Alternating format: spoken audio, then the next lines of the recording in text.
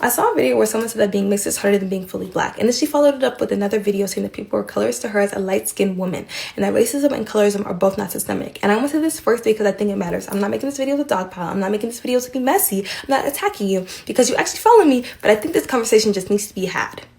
One of her main arguments was that being mixed is hard because you feel like you do not fit in anywhere, and people say mean things to you about you and your identity, and people make comments that hurt. And I want to be clear that those experiences are real. People can be cruel, people can be ignorant, and especially growing up, those things can hurt a lot. And I'm a dark-skinned woman, so obviously I've never experienced not belonging due to being mixed. But growing up as a black alternative girl, I was constantly being told I was weird. I was constantly being told I was acted white, and my identity was being constantly questioned, and that did hurt me a lot. But this is where distinction matters, because people being mean to you is not the same as racism. That's interpersonal harm based on prejudice, based on ignorance. And while those things do absolutely matter, they do not constitute what racism is, what being racist is. Racism is systemic. When I say that, I do not mean racism is just slurs or individual remarks. I mean racism is built into the way that society functions, into laws, into institutions, into patterns that affect everybody's lives, even when nobody is calling you a name. For example, look at how black women are being treated. Because of the strong black women stereotype, black women are seen as stronger, more aggressive, more emotionally resilient, and just in less need of care and protection. And that belief shows up across a multitude of different institutions, such as schools where black girls are being disciplined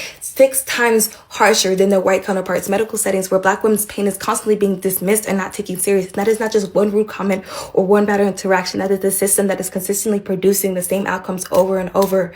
So yes, racism can show up as someone calling you the N-word, but what makes it racist is the fact that there are systems backing up and consistently disadvantaging black people over and over. That's why saying your black classmate is being racist to you is not accurate, because it's not supported by these institutions of power. Now let's talk about colorism.